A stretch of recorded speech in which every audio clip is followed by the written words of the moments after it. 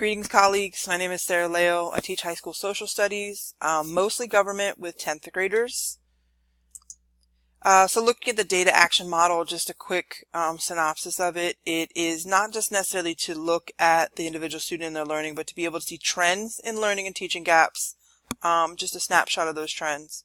The PLC should always include teachers who are directly involved. For example, I teach government. We have a state mandated test, so if we're looking at that data, I should be involved. Both formative and summative assessments are important in the analysis of data and in implementing plans to decrease the gaps. You start off with looking at big chunks of data, look at noticings and wonderings, and then start to narrow them down through exploratory questions. Then later on, the PLC will bring artifacts of student learning, determine where there might be the most significant in learning or teaching gaps. This is what we did for my team 3 with Teresa and Marianne. With our first meeting, we brought in our data sets, we did noticings and wonderings, and then we ended with an exploratory question for each of our data sets. Moving forward to data meeting 2, we used that exploratory question, brought in some artifacts, determined the degree of instructional gaps or teaching gaps, instructional gaps or learning gaps. And then for data meeting 3, we moved a little forward and came up with implementation tools, looked at instructional tools to help with the instructional learning gaps, the SMART goals, and then the evaluation metric. We chose the exit ticket for the evaluation metric from data meeting 4. Our goal was that at least 80% of students will use their interactive notes successfully, according to the demonstrated process for their exit ticket. So we came up with 3 different tactics, and then looking at the verifying artifacts. For my classroom personally, I think the tactic with clickers would be most useful because students are able to utilize their notes for review.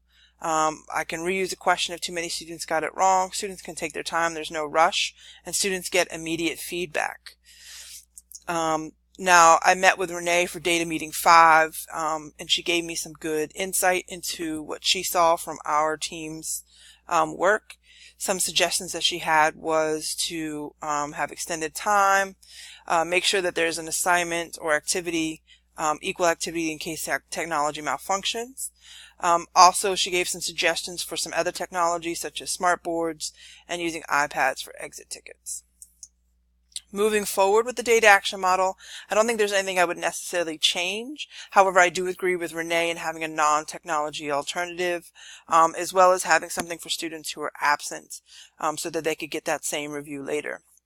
I think the biggest takeaway for me is that data is not like the Yeti in the room. Like it can be useful, it's not threatening, and it's important to look at students' gaps and successes. I think it could be used, moving forward, I think it could be used for looking at bigger trends.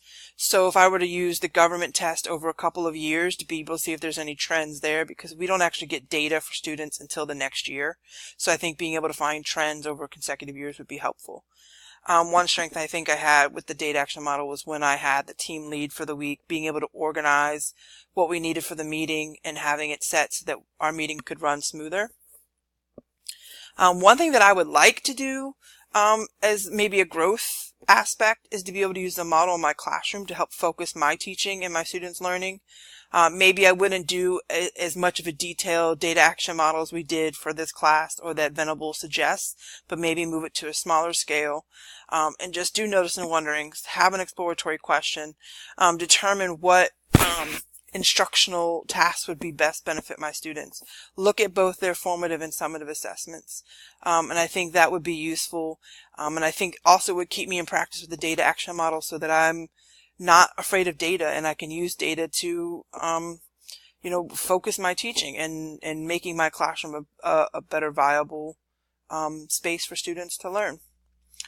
I appreciate this class and I appreciated doing this data action model. Thank you.